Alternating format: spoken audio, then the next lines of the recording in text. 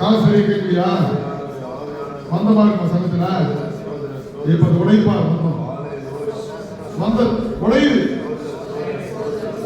வயிற்றுல தனியா சாப்பிட முடியாது, தூக்கம் வரலையா?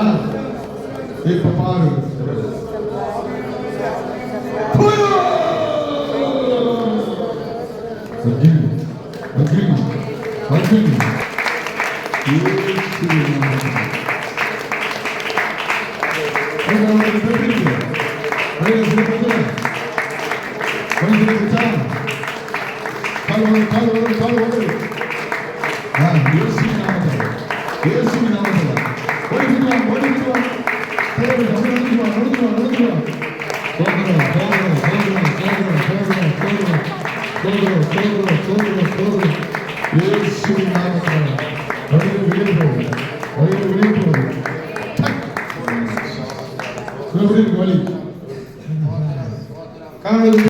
செய்திக்கு நேராக வருவோம்.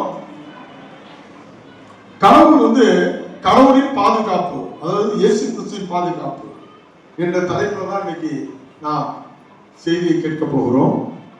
யோபு 1ஆம் அதிகாரம் 10வது வசனத்தை வாசிப்போம்.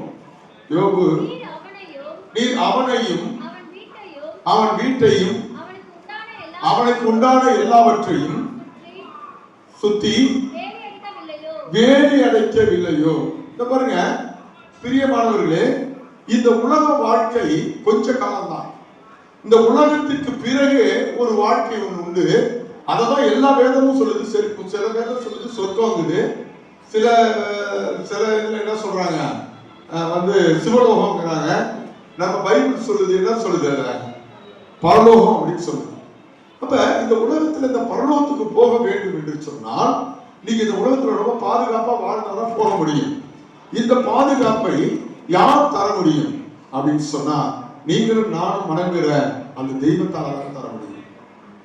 இந்த பாதுகாப்பு இல்லை அப்படின்னா நீங்க எங்க போக முடியாது அப்படின்னா பரலோகம் செல்ல முடியாது. இந்த உலகம் பலவிதமான பாவங்கள் நிறைந்த உலகம். இந்த உலகம் பலவித போட்டி பொறாமைகள் நிறைந்த உலகம். இந்த உலகத்துல வாழும் போது கோடிக்கணக்கான பேர் நரகத்துக்கு நேராக வாழ்ந்து அவர்கள் மடிந்து போகிறார்கள். ஆகையால் நீங்க இந்த உலகத்துல சாத்தான ஒருத்தம் இருக்கிறான், பிசாசு இருக்கு, செய்வனை மந்திரம் மாய எல்லாமே இருக்குது, மனிதர்களுடைய சூழ்ச்சி இருக்குது. இதுல எப்படி நீங்க தப்பிச்சு இப்போ பரலோகம் போக முடியும் அல்லது இந்த உலகத்துல நீங்க நிம்மதியா வாழ முடியும் அப்படின்னு கேட்டீங்கன்னா முடியாது. அப்ப உங்களுக்கு பாதுகாப்பா யார் இருக்கணும் அப்படின்னா இயேசு கிறிஸ்து இருக்கணும். அப்ப பாருங்க, ஒரு மனுஷன் வர்றான், அவன் பேரு யோபு.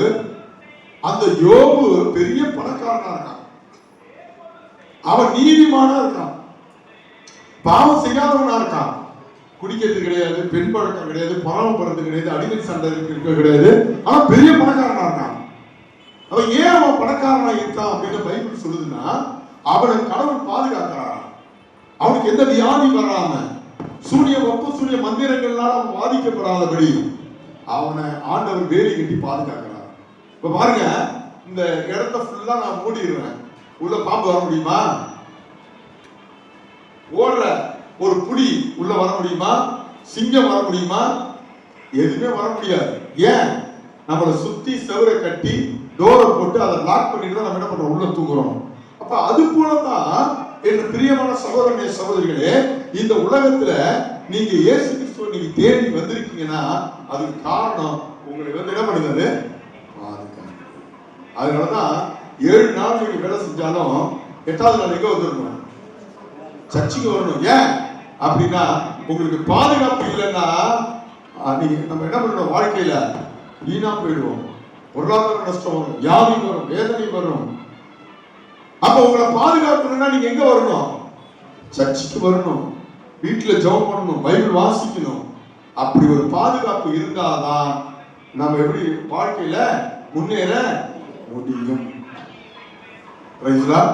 அதுக்காக வந்திருக்கீங்க.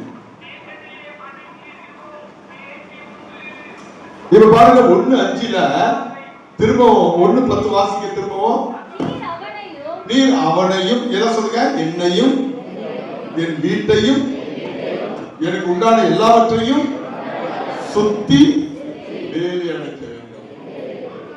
வேலி அடைக்கல அப்படின்னு சொன்னா நம்ம பிள்ளைங்க ஒரு பக்கம் தாறுமாறா போயிடுவாங்க, நம்ம கணவன் ஒரு பக்கம் தாறுமாறா போயிடுவான், நம்ம மனைவி ஒரு பக்கம் தாறுமாறா போயிடுவாங்க. நம்ம இந்த உலகத்துல நிம்மதியாவே வாழ முடியாது.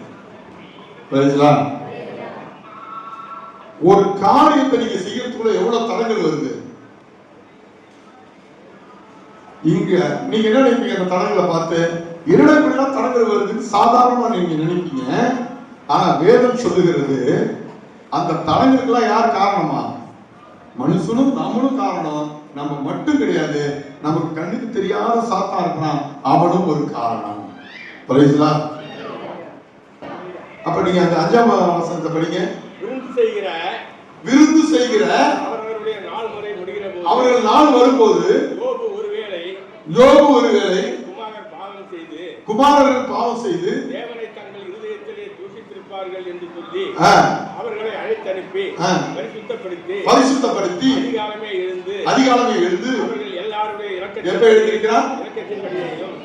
ஒரு வெளிநாட்டு பழமொழி சொல்லுது, நீ வாழ்க்கையில நீ ஜெயிக்கணும் அப்படின்னா, முன்னையே நீ ஜெயிக்கணும்னா, உலகத்தை நீ ஜெயிக்கணும்னா முதல்ல உன் படுக்கையை நீ ஜெயிக்கணும் அப்படின்னு சொல்லுது ஒரு பழமொழி. படுக்கை ஜெயிக்கணும்னா தெரியுது அவங்களுக்கு. காலையில நீ என்னைக்கு படுக்கை எழுந்திரிச்சு சுருட்டி அந்த தூக்கி போட்டுட்டு அந்த படுக்கையில இருந்து எழுந்திருக்கிறியோ அப்பதான் நீ உனக்கு முதல் வெற்றியே வருது அப்படின்னு உலகம் சொல்லுது, உலக பழமொழி சொல்லுது. அதைத்தான் வேதம் சொல்லுகிறது. நான் தான் சொல்றேன், 4 மணிக்கு எழுந்திருக்கிறவன் ஞானி, 3 மணிக்கு எழுந்திருக்கிறவன் முனிவர், 4 மணிக்கு எழுந்திருக்கிறவன் ஞானி, 5 மணிக்கு எழுந்திருக்கிறவன் சாதாரண, 6 மணிக்கு எழுந்திருக்கிறவன் மாடு, 7 மணிக்கு எழுந்திருக்கிறவன் காட்டு,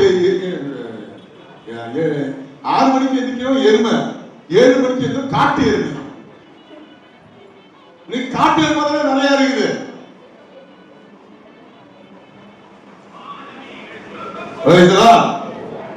அப்ப அதிகாலையில எழுந்திருச்சு நீங்க என்ன பண்ணணும்? நிறைய பாஸ்டர் விசுவாசி எல்லாம் ஜபமான வந்து நிப்பாங்க, மாற பொடிச்சுக்கிட்டு. ஆனா காலையில எழுந்தீங்கன்னா 1000 காரணம் சொல்லுவாங்க. அப்படியே எழுந்திருச்சாலும் இறைவனுக்கு முதலிடம் தருவதல்ல, வீணான வார்த்தைகளுக்கு, கிண்டலுக்கு, கேலிகளுக்கும் முதலிடம். சிலவங்க மடியில வச்சுக்கிட்டே படுத்துறாங்க. அப்படியே எந்திரிச்ச உடனே அப்படியே அந்த டாப்பாவை திறக்கிறான், திறந்தோட இழுக்கிறான், வாட்ஸ்அப்பை பாக்குறான், யாருக்கு என்ன அனுப்பணும், பிரைஸ் அனுப்பணுமா, வசனம் அனுப்புறான். நீ தேடவே முடியாது. என்னமோ கங்காரு வச்சுக்கலாம், அது மாதிரி இதை வச்சுக்கலாம், பின்னாடியே வச்சுக்கலாம். ஒரு மேடையில உட்கார்ந்துருந்தாலும் சரி, இந்த செல்லுதான். என் அன்பு சகோதரனே சகோதரியே, வேதம் சொல்லுகிறது கடவுளுக்கு நீ முதலிடம் கொடுத்து உங்க பிள்ளைங்க எல்லாம் நைட்டு போன நாள் என்னென்ன பாவம் செஞ்சுச்சோ அந்த பாவங்களை எல்லாம் மன்னிச்சிருங்க ஆண்டவரேன்னு சொல்லி இந்த யோபுங்கிறவன் என்ன பண்றான்? தனக்காகவும் தன்னுடைய பிள்ளைகளுக்காகவும் ஜெபம் பண்றாங்க, பலியிடுறான், பிள்ளைகளை பரிசுத்தப்படுத்துறான். அப்ப பரிசுத்தப்படுத்தும் போது அந்த பிள்ளைகள் பணக்காரர்களாய் மாறுகிறார்கள். அந்த ஜெபம் செய்கிறவன் பணக்காரனா மாறுறான், நல்லா வியாதி இல்லாம சந்தோஷமா அந்த நாட்டுல இருக்கிறான். பேயே பார்த்து அவனை பொறாமப்படுதுங்க. மனுஷன் தான் பார்த்து பொறாமப்படுவான்னு நினைக்காதீங்க, பேய் பார்த்து பொறாமப்படுது. அந்த பேய் ஒழிஞ்சு கடவுள்கிட்ட சொல்லுது, நீ அவன் பெரிய பணக்காரனா இருந்தா, காதல வரான், குதிரையில வரான், அவனை நீ சும்மாவா அவனை நீ ஆசீர்வதிக்கிறீங்க அப்படின்னு கடவுளை போய் கிட்டி கொடுத்துங்க. யாரு? பேய். அப்ப பேய் பார்த்து உனக்கு, நாய் பார்த்து உனக்கு பொறாமப்படணுமா? மனுஷன் வாழ்க்கையை பார்த்து பொறாமப்படணுமா? நீ அதிகாலையில் எழுந்திருச்சு ஜெபித்து உனக்காயும் புருஷனுக்காயும் பிள்ளைகளுக்காகவும் என்னைக்கு நீங்க பாவ அறிக்கை செய்வீங்களோ அன்னைக்கு உங்களுடைய வாழ்க்கை முன்னேற ஆரம்பிக்கும்.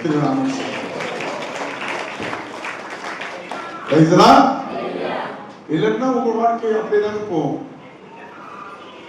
ஃபுல்ஃபிட்ட தேடி இந்த ஃபுல்ஃபிட்ட தேடி வந்தீங்கன்னா ஒண்ணுமே ஆகாது. எனக்கெல்லாம் நான் ஆண்டவர் கிருபையினால சொல்றேன், எனக்கு எங்க போனாலும் நீங்க பிரசங்கம் பண்ணுங்க, நீங்க பாட்டு பாடுங்க. இன்னைக்கு கூட ஒரு கல்யாணத்துக்கு போயிட்டு வரேன், நீங்க பிரசங்கம் பண்ணுங்க அப்படின்னாங்க. எனக்கு பிரசங்கம் வேணாம். இன்னைக்கு ஞாயிற்றுக்கிழமை முத கர்த்தருடைய வார்த்தையெல்லாம் சொல்லுமே தவிர அங்க போய் திருமணத்துக்கு செய்தி கொடுக்க கூடாது. என் மனசுல ஒரு தப்புன்னு கிடையாது, எனக்கு உணர்த்தப்பட்டதுனால நான் செய்தி கொடுக்கல அப்படின்னு சொல்லிட்டேன். எனக்கு சங்கீதம் ஏதாவது ஒரு வசனத்தை மட்டும் கொடுங்க, நான் வாசிச்சுட்டு உட்காந்துறேன்.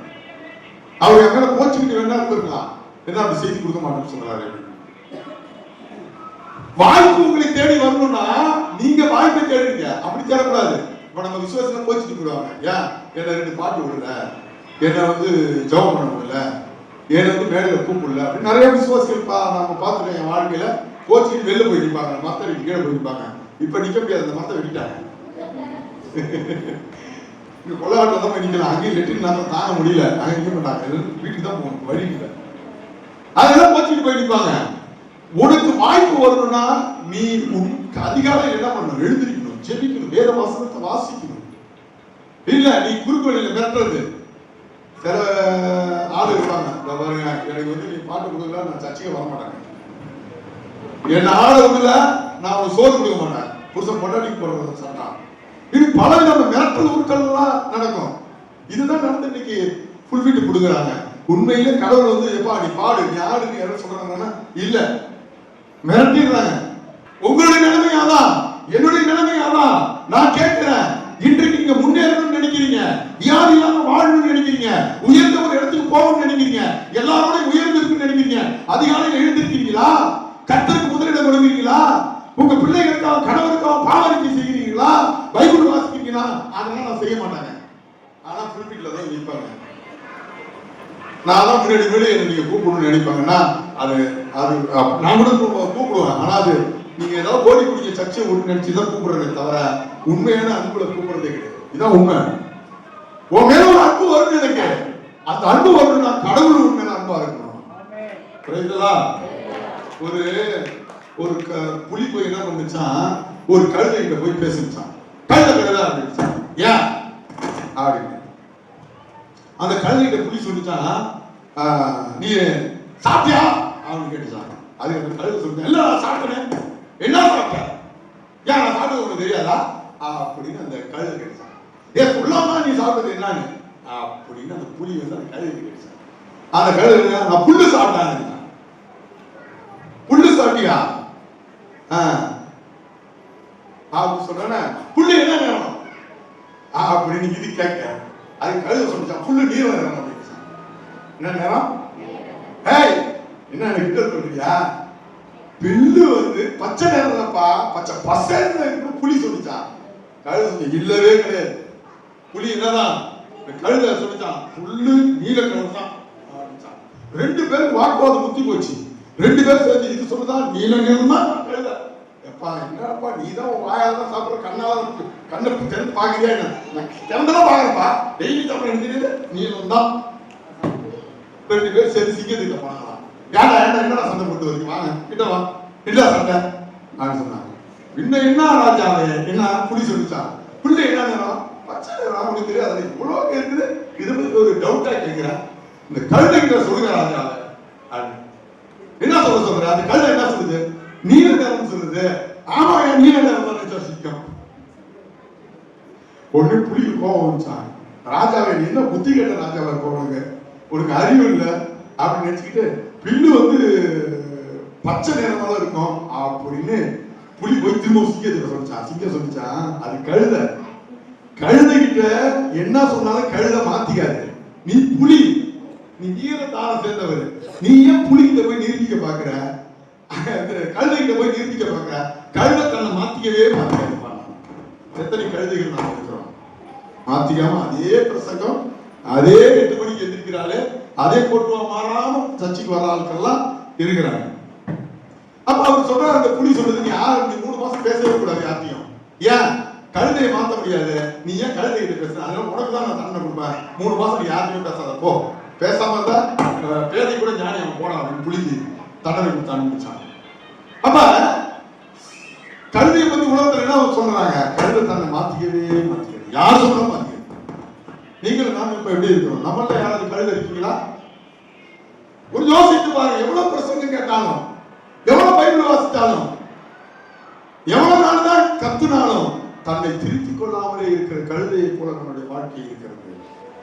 ஆனால் இன்றைக்கு உங்களுக்கு பாதுகாப்பு வேணும்னா, நீங்க பாதுகாப்பு இல்லாம வாழ்ந்தீங்கன்னா உலகத்துல பயங்கரமான நஷ்டம், கஷ்டம், வியாதி, வேதனை, துன்பம், திடீர் வியாதி, கொள்ளை நோய், இன்னைக்கு உலகம் வந்துகிட்டு இருக்குதுங்க. அதனால தயவு செய்து நீங்க உங்களுக்கு யோபு போல காலையில எந்திரிச்சு ஜெபம் பண்ணி உங்களுக்கு பாதுகாப்பை நீங்கள் ஏற்படுத்திக் கொள்ள வேண்டும். எதற்கு ஆமென் சொல்றீங்க? ரைட்டலா? 1 நாளாகமம் 21ஆம் அதிகாரம் 1வது வசனம் வாசிங்க. அதுல சாத்தான் ஒரு குடும்பத்துக்கு விரோதமா மட்டும் வர மாட்டாங்க, இஸ்ரவேலுக்கு விரோதமாக. நம்ம பெரிய அறிவாளி நினைச்சிட்டு போங்க. இந்த உலகத்துல நான் சொல்றேன், ஒரு சின்ன நீங்க சாப்பிடுறீங்க பாத்தீங்கன்னா சோறு, அதுல ஒரு அரிசியை படைச்சவன் ஒருத்தரும் கிடையாது இந்த உலகத்துல. எதுவுமே ஆமென் சொல்றீங்க?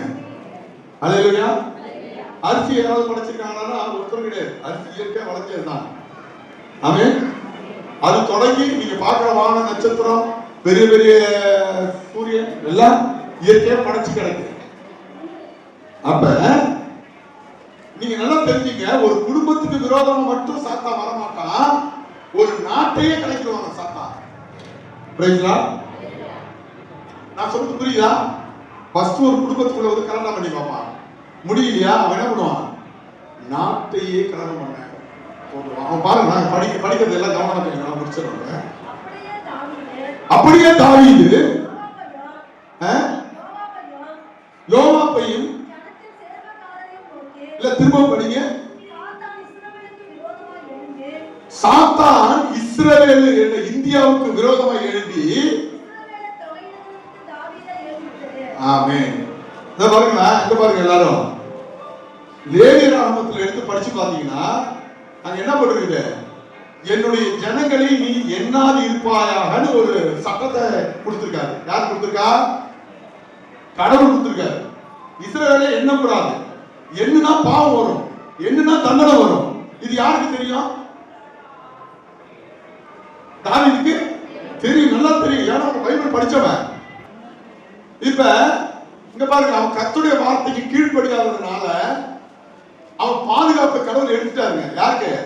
அந்த இஸ்ரவேல் நாட்டை விட்டு, அந்த தாவீது ராஜா விட்டு எடுத்துட்டாரு. எது பேர் சாவறாங்க? எது பேர் சாவறாங்க? அந்த 21ல நீங்க 14 வாசிங்க. ஆகையால் கர்த்தர் இஸ்ரவேலை கொள்ளை நோயை வரப்படினார், 70,000 பேர் செத்து போயிட்டாங்க. இது காரணம் யாரு?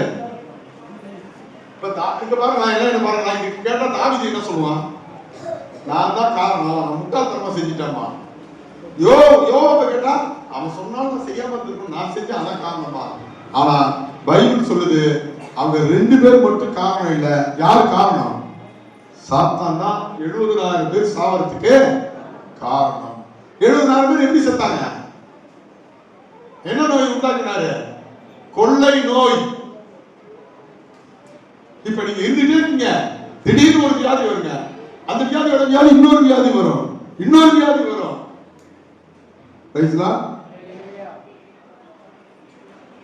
இந்த வியாதி எல்லாம் என்னங்க பண்றது சொல்லுங்க? எப்ப எடுத்து சரி பண்றது? அப்படின்னா கர்த்தருக்கு விரோதமா நம்ம நடக்கும்படியாக கர்த்தர் என்ன பண்ணுவான்? அது சாத்தான் என்ன பண்ணுவாரு? ஏறி விடுவாரு.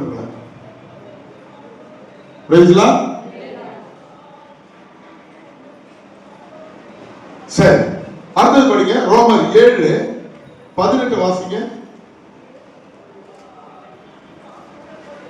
7:18 பாவத்தை குறித்து சொல்லப்பட்டிருக்கு. அது எப்படி எனில்,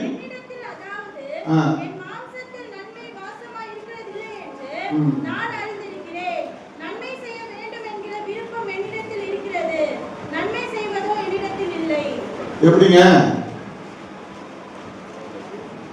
அதாவது பாவத்திலிருந்து உங்களுக்கு பாதுகாப்பு வேணுங்க.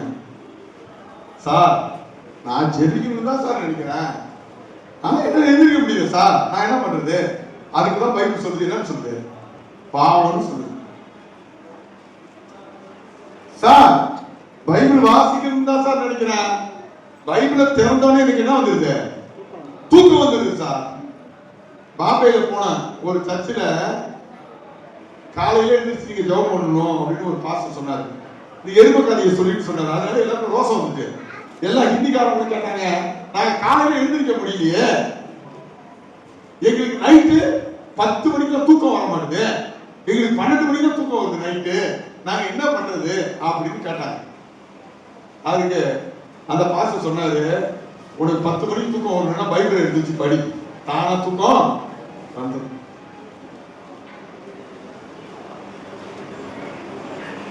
வேதம் சொல்லுதுங்க, பைபிள் சொல்லுது, நீங்க விரும்புறத நீங்க செய்ய மாட்டீங்க. எல்லாம் சொல்லுங்க. படிக்கணும்னு நினைப்பீங்க, 10th ஃபெயில் மார்க் எடுத்திருப்பீங்க. ஃபெயில் மார்க்னா பாரம் வாங்குவீங்க, உங்க அப்பா அம்மா திட்டுவாங்க. இதை போல என்னம்மா உனக்கு இவ்வளவு காலையிலே இருந்து சோறுலாம் சமைச்சு கொடுத்தேன், டிக்கெட்டு காசு கொடுத்தேன், எவ்வளவு கஷ்டப்பட்டு படிக்க வைக்கிறோம், இவ்வளவு செலவு பண்றோம், 10th நீ இந்த மாதிரி மார்க் எடுத்திருக்கிறியம்மா அப்படின்னு சொல்றப்ப அந்த பாப்பா அழுவும், வெம்பும், தூக்க மாட்டேங்கிறோம், வருத்து பிடிக்கிறோம். உடனே அப்பா அம்மா என்ன சொல்லுவாங்க, சரி போனா போயிட்டு போகுது, அந்த +2 நல்ல மார்க் எடுமான்னு. உடனே இவர் உட்காந்து ஜோம் பண்ணுவாரு, ஆண்டவரே +2 நான் எந்த மாணவத்தையும் மாணவிக்கும் அனசமா பேச மாட்டேன், கோவப்பட மாட்டேன், சைட் அடிக்க மாட்டேன், ஏசப்பா அப்பா அம்மாவுக்கு கீழ்ப்படிவேன், இது சத்தியம். ஜபம் ஓடும். எப்ப இந்த ஃபெயிலான அன்னைக்கு ஈவினிங், அப்படியே ஒரு மாசம் கழிச்சு அப்பா அம்மா ஏற்றி பேச ஆரம்பிப்பாங்க. முன்னாடி ஜபம்லாம் நீ பேசுன கால விழுந்துச்சு, ஜபம் பண்ண இப்ப நீ பண்ற தப்பு, அதெல்லாம் நான் என்ன பண்றேன், கோவப்படுறேன். சரி முதல் நாள் போய் சேர்த்து விட்டு வருவாங்க. +2 முதல் நாள் முதல் வாரம் அப்படியே கம்பு பார்த்துப்பேன், யாராச்சும் பேசாம நல்ல பிள்ளையா, பையனும் தான் பார்த்துப்போம், பொண்ணும் தான் பார்த்துப்பாங்க. அப்புறம் அப்படியே கொஞ்சம் கொஞ்சம் போனோம், வாழை அப்படியே முடிச்சோம். 7:18 என்ன சொல்றதுன்னு கவனமா பாருங்க. நீங்க செய்யறது ஒண்ணு, ஆனா நம்ம விரும்புறது ஒண்ணு, நம்ம செய்யறது ஒண்ணு. இதுக்கு காரணம் பாவம் சொல்லப்படுது. இப்ப நம்ம பெரிய பெரிய ஆளாகணும்னு நினைக்கிறோம், நல்லா படிக்கணும்னு நினைக்கிறோம், நல்லா கசப்பா கொடுக்கணும்னு நினைக்கிறோம், பணக்காரன் ஆகணும்னு நினைக்கிறோம். ஆனா நம்ம நினைக்கிறது போல நம்ம என்ன பண்ணல, செய்ய முடியல.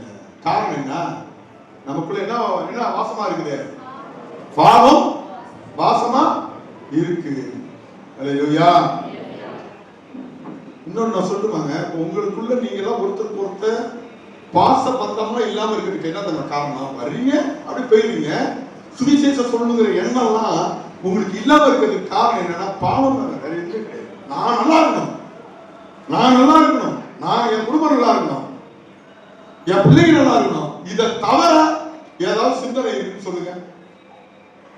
வருக நமக்கு அநேகருக்கு, அநேகர்னா ஒருத்தர் ரெண்டு பேர் இருக்கீங்களான்னு எனக்கு தெரியல, ஆனா அப்படி இருக்கிற மாதிரி பெரிய தியாகியா இருக்கிற மாதிரி எனக்கு தெரியல. எல்லாம் வரீங்க, ஏதோ ஜோம் பண்றீங்க, திருப்பி போறீங்க, அப்படிதான் நிலைமை இருக்குது. இதையெல்லாம் நம்ம என்ன பண்ணணும், மாற்றி அமைத்துக் கொள்ள வேண்டும். அது இன்னொருத்தவங்க படிங்க, நல்லா சத்தம் படிங்க. அது எப்படி எனில் என்னிடத்தில் அதாவது மாம்சத்தில் நன்மை வாசமாக இருக்கிறதில்லை என்று நான் அறிந்திருக்கிறேன். இப்ப பாருங்க, இங்க பாருங்க, எல்லாரும் விழித்து பாருங்க. நாம ஏன் டெய்லி ஜெபம் பண்ணணும், நாம ஏன் டெய்லி பைபிள் வாசிக்கணும், நம்ம ஏன் டெய்லி சுவிசேஷம் சொல்லணும், நம்ம ஏன் டெய்லி உபவாசம் பண்ணணும்னா, உங்க அப்பாவும் எங்க அப்பாவும் பாவ பிறப்புல பிறந்தவங்க. சொல்லுங்க, பாவ பிறப்பு. நம்முடைய அப்பா பேர் என்ன அப்படின்னு கேட்டீங்கன்னா ஆதாம். அவன் இயற்கையிலே அவனுடைய குணம் என்ன, பாவம் செய்கிற குணம், குடிக்கிற குணம், பலவிதமான பொறாமப்படுற குணம். அப்ப நமக்கு இருக்கிற இயற்கையான சுபாவம் என்ன, நல்லதா கெட்டதா, என்ன சொல்லுங்க. நீ ஏன் பாஸ்டர் டெய்லி ஜெபிக்கிறீங்க, உபவாசம் பண்ணீங்க, பைபிள் வாசிக்கிறீங்க, இதெல்லாம் வாசிச்சாதான் கடவுள் ஆசீர்வதிப்பாரா, ஜெபம் பண்ணாதான் ஆசீர்வதிப்பாரா, வேதத்தை வாசிச்சாலும் ஆசீர்வதிப்பாரான்னு நீங்க கேட்டீங்கன்னா அதுக்கு காரணம் நீங்க ஜெபம் பண்ணாமலே உங்க இதயத்துல என்ன இருக்குது, பொறாமை இருக்கு. நீங்க பைபிள் வாசிக்காமலே உங்க இதயத்துல என்ன இருக்குது, சண்டை போடணும். நீங்க ஜெபம் பண்ணாமலே உங்க இதயத்துல என்ன இருக்குது, காம உணர்வுகள். நீங்க ஜெபம் பண்ணாமலே தூக்கம், நீங்க ஜெபம் பண்ணாமே கண்டதை கடிதம் எடுத்து போட்டு சாப்பிடுற எண்ணம், இதெல்லாம் இருக்கு. ஆனா ஜெபம் பண்ணும்போது என்ன எண்ணம் வரும்னா, விட்டு கொடுக்குற எண்ணம் வரும். ஜெபம் பண்ணும்போது பரிசுத்த எண்ணம் வரும். ஜெபம் பண்ணும்போது கடவுளை நீங்க கண்ணால பாப்பீங்க. ஜெபம் பண்ணும்போது உங்களுக்கு நோய்கள் மறைஞ்சு போகும். ஜெபம் பண்ணும்போது உங்களுக்கு வர செய்வன வப்பு சூரியத்தை உங்க கண்ணில் ஆண்டவர் காட்டுவாரு. Praise the Lord. அப்ப இயற்கையா இருக்கிறது நன்மையா தீமையா? எல்லாம் சொல்லுங்க. அதனாலதான் நான் இதை அறிஞ்சுக்கிட்டு தாங்க அநேக பாஸ்டருங்க அநேக சபைகள்ல ஜனங்களை திட்டுறதே கிடையாது. ஏன் திட்டுறது கிடையாது? திட்டுனா உங்களுக்கு என்ன வந்துடும்? கோபம் வந்துடும். கோபம் வந்து சொல்லிட்டு சத்தப்படாம ஆளுக்கு தந்தாலும் நடிச்சு அந்த பிரசனத்தை முடிச்சிருவாங்க. ஆனா உங்களை எங்க வச்சு செய்யணுமோ அங்க வச்சு செய்வாங்க கரெக்டா. இப்ப இந்த பாவத்திலிருந்து நீங்க விடுதலை ஆகணும்னா அதுக்கும் இயேசு கிறிஸ்து உங்களுக்கு என்ன பண்றாரு? ஒரு பாவம் ஒரு பாதுகாப்பை தர்றாரு. என்ன பாதுகாப்பை தர்றாரு? 1 யோவான் 1:9 எடுத்து வாசிங்க. எல்லாரும் எடுத்து வாசிங்க. நம்முடைய பாவங்களை நாம் அறிக்கையிட்டால் பாவங்களை நமக்கு மன்னித்து எல்லா அநியாயத்தையும் நீக்கி நம்மை சுத்திகரிப்பதற்கு அவர் உண்மையும் நீதியும் உள்ளவராய் இருக்கிறார். ஹல்லேலூயா. நம்ம பாவத்தெல்லாம் என்ன பண்ணுமா? அறிக்கை. ஏன் சார் இங்க பாருங்களா, பாவம் நம்ம செய்யலாம், ஜாலியா செஞ்சு கூட போலாம். நம்ம பாவம் செய்தோம்னா நமக்கு அதனாலதான் வறுமை வருகிறது. நம்ம பாவம் செஞ்சோம்னா அதனாலதான் வியாதி வருது. நம்ம பாவம் செஞ்சோம்னா அதனாலதான் நிம்மதி இல்லாம இருக்குது, குடும்பத்துல சண்டை வருது, குழப்பம் வருது. அப்ப இந்த பாவத்தை என்னால விட முடியல சார், என்ன சார் பண்றது அப்படின்னு கேட்டீங்கன்னா இயேசுவை நீங்க விசுவாசிச்சாலே போதும், உங்க பாவத்திலிருந்து கர்த்தர் விடுதலை. ஆமாங்க, நீங்க விசுவாசிக்கிறது அவ்வளவுதான். விசுவாசிக்கிறது கஷ்டமா? விசுவாசிக்கிறதுக்கு ஏதோ பணம் 1 கோடி ரூபாய் கொடுக்கணுமா? விசுவாசிக்கிறதுக்கு நீங்க எங்காவது உழுந்து எந்திரிக்கணுமா? சொல்லுங்க. இல்ல. அப்ப நீங்க என்ன செய்யணும்? நம்பணும். ஒரு பாஸ்டர் இப்படி சொல்றாரு, இப்ப நான் சொல்ல பாருங்களா, ஒரு 9 கோடி ரூபாய் உங்களுக்கு கடன் இருக்குது. கடன்காரன் இன்னைக்கு காலையில வரணும்னு சொல்லியிருக்கான். கத்தியோட வரணும். நீ கொடுத்தா உன்னை உயிரோட விடுவேன், இல்லைன்னா உன்னை குத்தி கொண்டுருவேன் அப்படின்னு சொல்றான். நல்லா கேட்டீங்க, முடிச்சிருக்கான். அப்ப நீங்க என்ன நினைப்பீங்க? கடவுள்கிட்ட போய் ஜெபம் பண்றீங்க. கடவுள் என்ன சொல்றாருன்னா, உனக்கு நான் 10 கோடி தரேன் அப்படிங்கிறேன் கடன் அடைக்கிறதுக்கு. நீங்க சொல்றீங்க, ஆண்டவரே 10 கோடி கொடுத்தீங்கன்னா 9 கோடி போயிடும், நீங்க என்ன பண்ணணும்? 1 கோடி தான் எனக்கு 10 அப்படின்னு சொல்லி, இல்லப்பா அந்த 9 கோடி அடைச்சிருந்தா 10 கோடி உங்க கையில கொடுத்துறேன் அப்படின்னு சொல்றாரு. நீங்க விசுவாசத்தோட வரீங்க. வரும்போது வீட்டு வாசல கத்தியோட யார் நிக்கிறா? கடன்காரன் நிக்கிறான்.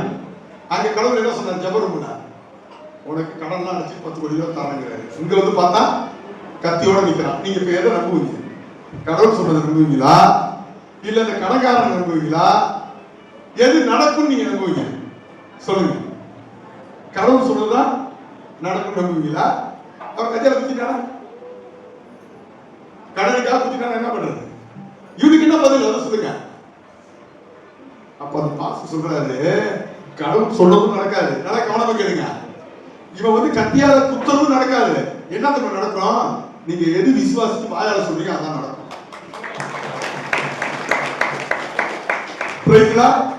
என்ன சொல்லுங்க இந்த சிச்சுவேஷன் பார்த்துட்டு? ஐயோ ஆண்டவர் கொடுக்கிறேன்னு சொன்னாரு, கத்தியால வந்து நிக்கிறாங்க, என்ன குத்தி போட போறான்னு சொன்னீங்கன்னா குத்தி போடுவான். சிச்சுவேஷனை பார்த்துதான் இன்னைக்கு அநேகர் விசுவாசிக்காம தேவனுடைய பாதுகாப்பை இழந்து நம்ம நிக்கிறோம். எதுக்கு ஆமென் சொல்லுங்க. அல்லேலூயா. போங்க, உங்களால முடியுங்க. தேவனுடைய பாதுகாப்பு உங்களுக்குள்ளே இருக்கிறது. நீங்க அத்தனையும் ஜெயத்தோட நீங்க முடிப்பீங்க. ஆமென். அல்லேலூயா. வெற்றி உங்களுக்கு தாங்க. ஏன்? உங்க கூடவே கடவுள் வராரு, தன்னுடைய ரத்தத்தையே உங்களுக்கு கொடுத்திருக்காரு. அந்த ரத்தம் உங்களுடைய எல்லா பாவத்தையும் கழுவி உங்களை சுத்திகரிச்சு வச்சுக்கன்னா உங்களுக்கு எவ்வளவு பாதுகாப்பு பாருங்க. அப்ப நீங்க சொல்லணும், ஒரு பாவத்தை செஞ்சுட்டீங்கன்னா நீங்க என்ன சொல்லணும்? அந்த பாவத்தினால உங்களுக்கு வியாதி வருது, அந்த பாவத்தினால உங்க வீட்டுல சண்டை வருது, அந்த பாவத்தினால உனக்கு மன சமாதானம் இல்லை. அப்ப நான் என்ன செய்யணும் பாஸ்டர் அப்படின்னா, இயேசுவே என் பாவத்தெல்லாம் நீங்க கழுவி இனி நான் செய்ய மாட்டேன், உங்களுடைய ரத்தத்தினால சுத்திகரிக்கன்னு சொல்லிட்டு அது நடந்துட்டு நீங்க நம்பணும். அப்ப கர்த்தர் ஒரு பாதுகாப்பு உங்களுக்கு தருவார். அல்லேலூயா. இப்ப பாருங்க, யோனா புத்தகத்தை நம்ம முடிக்க போறோம். யோனா புத்தகத்தை எடுத்துங்க. 3:10 முடிச்சிட்டேன். அவர்கள் தங்கள் பொல்லாத வழியை விட்டு எல்லாம் சொல்லுங்க, பொல்லாத வழியை விட்டு, பொல்லாத வழியை விட்டு. இதுதாங்க நீங்க கஷ்டம். நான் எல்லாம் செய்யறோம் பாஸ்டர், நம்ம பாதுகாப்பு உங்களுக்கு வேணும்னாங்க நீங்க இப்படி யோசிக்க கூடாது. எப்படி தெரியுமா? இங்க பாருங்க, எல்லாரும் பாருங்க, முடிச்சிடுறாங்க 12 மணிக்கு உங்களுக்கு முடிச்சிடுறேன். இப்போ உங்களுக்கு பாஸ்டர் மேல ஒரு அன்பு வரும். என்ன அப்படின்னா, பாஸ்டர் நல்லா நான் ஜெபம் பண்றேன் பாஸ்டர், ரைட்டு, காணியோடு கொடுக்குறேன் பாஸ்டர், ரைட்டு, முன்னாடி வீடியோ வந்து சமையல் செஞ்சு அதை நானே பரிமாறிட்டு போறேன் பாஸ்டர். ஏன் பாஸ்டர்? சமையலுக்கு நானே காசு தரேன். ஓகே, ஆனா பொல்லாத வழி மட்டும் நான் விடவே மாட்டேன். எனக்கு கத்தரை ஆசீர்வதிக்க வெளியே சொல்றேன் பாஸ்டர்னு அநேகர் கேட்குறீங்க. நான் எங்க போய் மண்டையை வச்சுக்கிறது? அவர் சொல்றாரு, நீ பாவம், இங்க பாருங்க, நீ பாவம் செய்த பிறகு அதனால வர வியாதி, வேதனை, துன்பம் எல்லாத்தையும் நீக்கிறேன்னு சொல்றாரு. அது பார்த்தாதாங்க இலவசமா. ஆனா நீங்க எப்படி திருப்பி போடுறீங்க? இல்ல போட்டோம், அது போட்டு பாஸ்டர், பாவம் செஞ்சதுனால இந்த வியாதி சரியா போச்சு, நல்லா தான் இருக்கிறேன், ஆனா கொஞ்சம் லைட்டா பாவம் செஞ்சுக்கிறேன் அப்படின்னா நடக்காதுங்க. அங்க என்ன சொல்றாரு? உங்க பொல்லாத வழிகளை விடணும். ஏன்னா இங்க பாருங்க, எல்லாம் பாருங்க, 3 நாள்ல ஒரு பாஸ்டர் வந்து சொல்றாரு, 3 நாள்ல இந்த பட்டணமே, இந்த செவலைய தலையில கவுத்து போட போறாங்க, எல்லாம் சுத்தி எரிக்க போட போறாங்க, உங்க புள்ள குட்டி வீடு வாசல் எல்லாம் எரிஞ்சு சாம்பலா போகுதுங்கிறாரு. உடனே அங்க இருக்கிற மக்கள் எல்லாம் கூடி பால் குடிக்கிற குழந்தையில இருந்து அந்த நாட்டை ஆளுற ராஜா வரைக்குங்க பொல்லாத வழியை விட்டுட்டு, சொல்லுங்க, ஏன்னா ஏற்கனவே செஞ்சதுக்கு அந்த தண்டனை, இனி நான் செய்ய மாட்டேன், விட்டுற ஆண்டவரை நம்ம எழுதிச்சு போறேன்.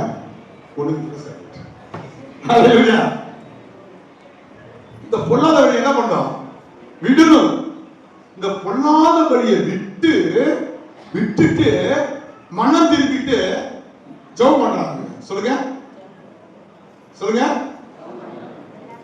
ஜெபம் பண்றாங்க. ஐயோ, இப்ப என்ன செய்யுங்க? கழுத்து எடுத்து அறுக்கீங்க, ஐயோ வலிக்குது, பாதி கழுத்தோட விட்டுட்டு போயிருங்க, அடுத்த முழுசா வச்சு கொடுங்க. நான் சொல்றதே புரிய மாட்டீங்களே. அந்த ஜனங்க என்ன பண்றாங்க? இயேசுகிட்ட போய், என் பொல்லாத வழியா விட்டுறேன், எங்க குடும்பம் காப்பாற்றப்படணும், எங்க ஊரு காப்பாற்றப்படணும், எங்க ஊர்ல அழியக்கூடாது, எங்களை காப்பாத்திருக்க ஆண்டவரேன்னு சொல்லி அவங்க என்ன பண்றாங்க? ஜெபம் பண்றாங்க. எப்படி ஜெபம் பண்றாங்க? பொல்லாத வழிய விட்டுட்டு அவங்க என்ன பண்றாங்க? ஜெபம் பண்றாங்க. அப்ப இயேசு என்ன சொல்றாரு? என்ன பாருங்க, என்ன பண்றாரு பாருங்க. தேவன் அவர்களுடைய கிரியைகளை பார்த்து, அவர்களுடைய செயல்பாடுகளை பார்த்து, நான் அவர்களுக்கு செய்வேன் என்று சொன்ன தீங்கை குறித்து மனஸ்தாபப்பட்டு அதை செஞ்சாரா? செய்யவில்லை. அல்லேலூயா. இப்ப நான் சொல்லணுமா? சிலருக்கு வேலை இருக்கு, சிலருக்கு கடன் இருக்கு, சிலருக்கு புருஷன் பொண்டாட்டிக்கு சமாதானம் இல்லை, சில குடும்பத்துல வியாதி இருக்குது. அதுக்கெல்லாம் காரணம் என்ன தெரியுமா?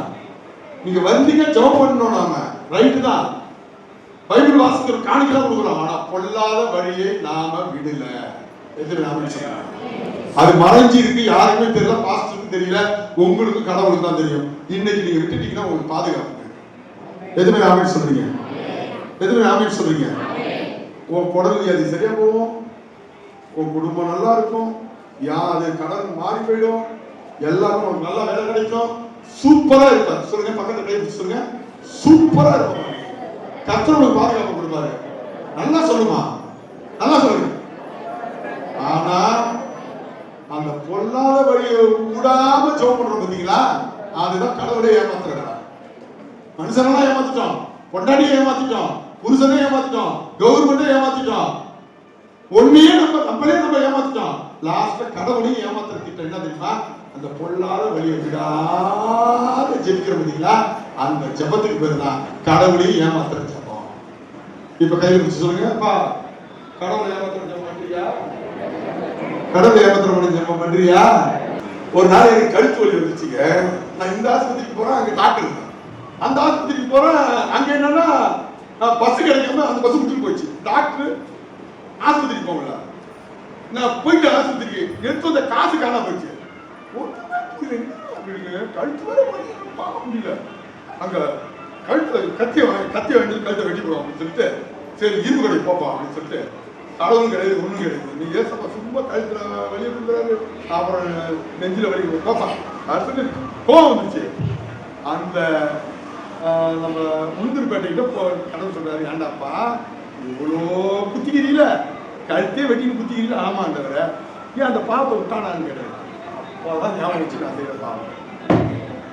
ஆண்டவரை விட்டுறேன் ஆண்டவரை, நான் செஞ்சது தப்பு தான், நான் ஒரு தற்கொலை பண்ணிக்க போறேன்னு சொன்னது தப்பு தான், அந்த கழுத்து வலிக்கு காரணம் நான் தான், நீங்க கிடையாது. நான் அந்த பொல்லாத வழியை விட்டுடுறேன், என்னை காப்பாற்றிங்க ஆண்டவர் சொன்ன பாருங்க. இங்க இருந்து மனப்பட்டு வந்து எனக்கு கழுத்து வச்சு இன்னைக்கு நம்ம கிறிஸ்தவங்களா இருக்கிறோம், நல்லா ஜெபம் பண்றோம், பைபிள்லாம் வாசிக்கிறோம், உபவாசம்லாம் போடுறோம், அப்படியே படிச்சு கிடக்கிறோம். ரைட்டுங்க, பொல்லாத வழியை விட்டுலையே. காணிக்கலாம் கொடுக்குறீங்க, கடன் வாங்கி வந்து காணிக்க கொடுக்குற ஆளா இருக்கிறாங்க, ரைட்டு ஒத்துக்கிறேன். ஆனா பொல்லாத வழியை விடலையே. பொல்லாத வழியை விட்டாதானே ஆண்டவர் உங்களை பாதுகாக்க முடியும்.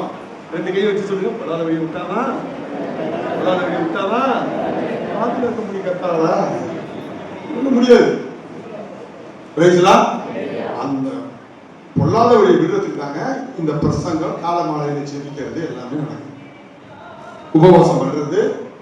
ஆண்டவரே அப்ப நல்லா படிக்கலாம், எல்லாம் ஒரு ஆள் மட்டும் படிங்க, எல்லாரும் நல்லா கேட்டுங்க, நான் அதை செய்வேன் நீங்க முடிச்ச பிறகு சொல்லணும். அவர்கள் பொல்லாத வழியை விட்டு தன் பொல்லாத வழியை விட்டு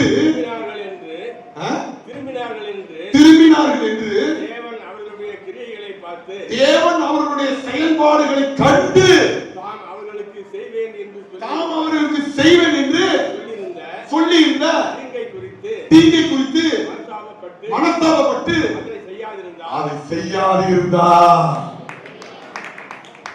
ஆமே சொல்ல மாட்டீங்களா?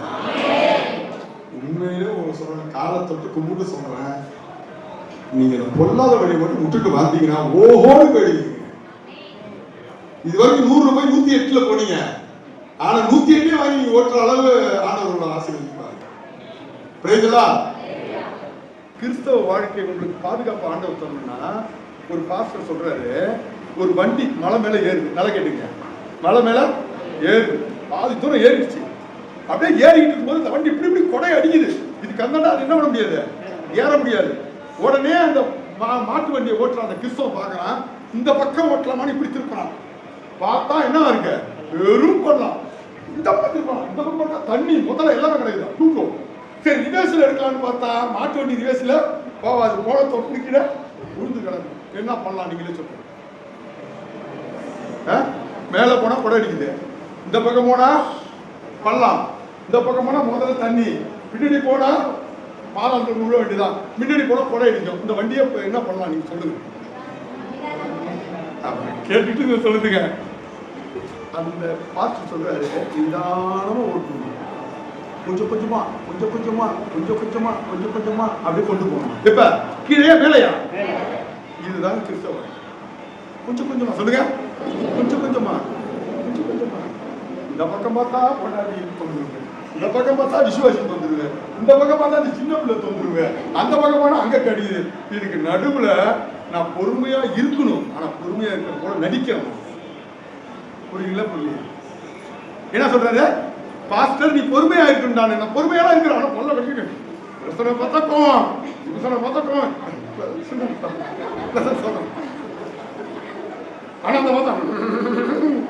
ஆனா நான் பொறுமையாக இருக்கிறேன், நான் நீடிய சாந்தத்தோடு இருக்கிறேன். அது அல்ல, உண்மையா பொறுமையோட இருக்கணும். அந்த குணம் என்ன இல்லை.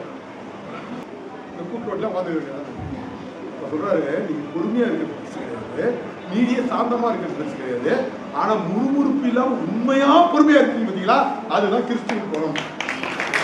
அது ஒரு பாதுகாப்பு. அப்படி இருக்க முடியுமா? அப்படி இருந்தா நீங்க தாங்க மகாராஜா. ரைட்டுதா? ஹல்லேலூயா. கர்த்தர் உங்களை ஆசீர்வதிப்பார், நல்ல ஒரு பாதுகாப்பை தருவார். நீங்க பயப்படாம போங்க.